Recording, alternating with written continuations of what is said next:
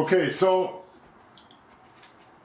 I want this to be the proof to support what I'm getting ready to say in this video. Here's my weight this morning. Then I had 12 ounces of steak, 700 grams of sweet potatoes.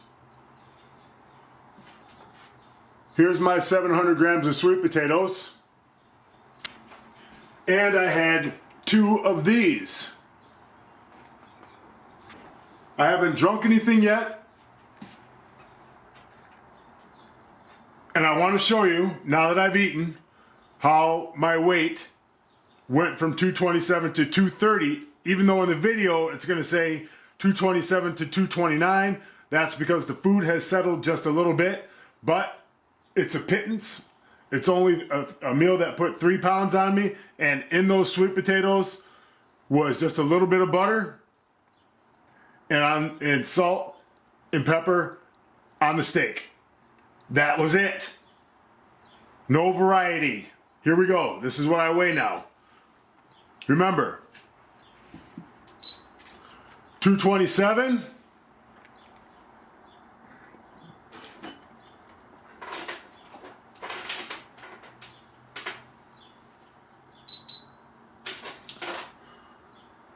$230.2.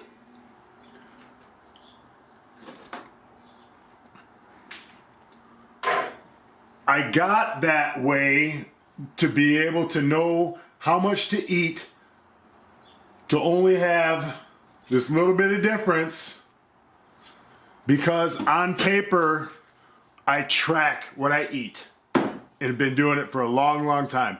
Now to the video. Thank you for tuning in to the Force Production Powerlifting channel. My name is Lawrence Malchev. Forgive me for not posting more of these type of videos because I'm really focused on getting myself together for this meet and keeping everything simple. And in that note, this video is about keeping everything simple, but it's more so, even more so, about the homework that you have to do for you to be successful the way that you want to be successful. Okay? Brian Johnson asked me, can I eat potatoes? Aren't they carb heavy and to be avoided generally? If I eat salad, can I have dressings or cheese crumbles? If I eat broiled or sauteed fish, can I use tartar sauce as a condiment? Also sugar-free ketchup. Thanks always. Appreciate your guidance and leadership. Thank you for the question, Brian. So I said to Brian, I've said it 1,000 times on this channel. Variety is bad if you're trying to be more self-disciplined. It took me a long time to get to the point where I could go without my little comfort additions to my meals, like dressings and bacon bits on a salad and a little bit of this on the side of the plate and a little bit of that on the side of the plate, as long as it didn't mess up my refeed. It kept me from developing a stronger will when refeeding these little things on the plate. It kept my will from being stronger. So to Brian, to anybody out there who's wondering if they can eat something on a refeed, well, here's my suggestion. Google, Google, Google. Google. Google it. Google the foods that you want to eat. Learn about them. I will not do that for people. No one did that for me. I had to Google things. I had to talk with people about the things that I was learning about. Yes, I asked questions. Yes, I got a few answers here and there. But all the thousands of questions that I had going through my brain, right there on the keyboard. Type it into Google. Hit enter. Watch what comes up. A million things, a million different pieces of information will come up if you just type in broccoli nutrition information. You'll be off and running all about broccoli. So I'm not going to answer every little minutia that individuals have about food in this awesome information age. Everybody, you're on your own with that one. Okay? Now there's help, and I don't mind giving help, but I'm not going to baby people and put training wheels on them. Google is your training wheels when you want to learn about nutrition. Okay, ask your doctor. Ask a nutritionist. I'm doing my best to speak from my perspective so that I don't send someone down the wrong road. But Brian's question made me look into my past. I never wanted to break a fast and not have my little taste treats before going into another long fast. I was afraid of missing something.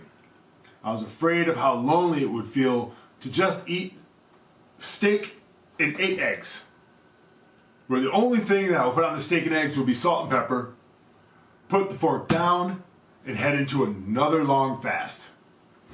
I always justified putting a little something extra on the plate because I'm going to do another long fast. I've earned those bacon bits on my steak with the side of butter and olives. I earned that, man. I can have that. Yes, I could. And yes, I did many times.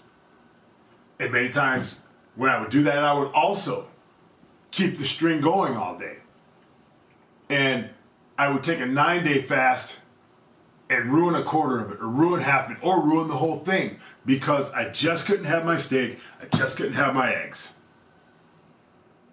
I couldn't take the information that was telling me, well, here's the information about potatoes. It's going to do this to you. It's going to knock you out of ketosis. I couldn't take that information and just digest that and not actual food afterwards. I always had to digest some extra food afterwards. You see how my mentality was? I was allowing in thoughts.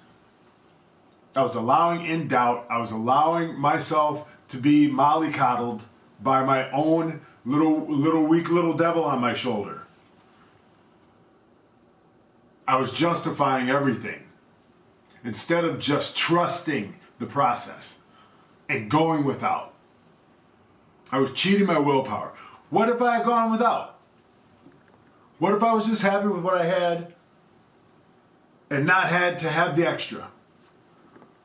Was that extra going to never be around? Were bacon bits and butter and sour cream not going to be on the shelves when I reached a major goal? See what I'm getting at? So if you want to be more disciplined than me, and you're starting the snake diet, you're in the middle of it, and you're really making progress, if you want to outdo me, knock out the little comfort pleasures. Knock out the little itty bitty things that you have to have on your plate. Just gotta have them because I've earned them. I'm going to another fast. It's not that you can't have them. It's that you're trying to develop a stronger mind. Okay? And I'll end with this. I have a meet coming up. I have a meet coming up in 6 days. In the last month and a half, I have not allowed myself one morsel of cheat food. Not one. Now, I'm not saying that to toot my own horn. I'm saying that because it took me a long time to be able to just have my refeed meal and nothing else. You know why? Because I got sick of playing catch up. You're going to play catch up if you allow these little things in. It's going to work itself and weave itself into a little puzzle for you that's going to set you back. Most likely it will. Okay? Now, the meal that I had today put 2 pounds on me. And that's from the weight of the food. And it was not loaded with sugar. It was not loaded with fat. Okay? I had steak and sweet potatoes.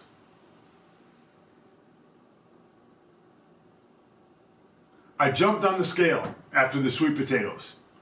And I saw that the sweet potatoes put on a pound because I ate like 700 grams of sweet potatoes. That's a lot of sweet potatoes. Then I ate 12 ounces of steak. First I ate the sweet potatoes and I weighed myself. Extra pound. Went from 227 to 228. Then I ate the steak, went from 228 to 229. Exactly. I can have that meal before my meat if I wake up at a body weight of 227. Show up to the meet, weigh in, be 2 pounds underweight, success. Then I can go and I can eat and fuel up, snake juice it up, walk into the meet full, all types of energy after completing all my training successfully, and have a great meet. You see?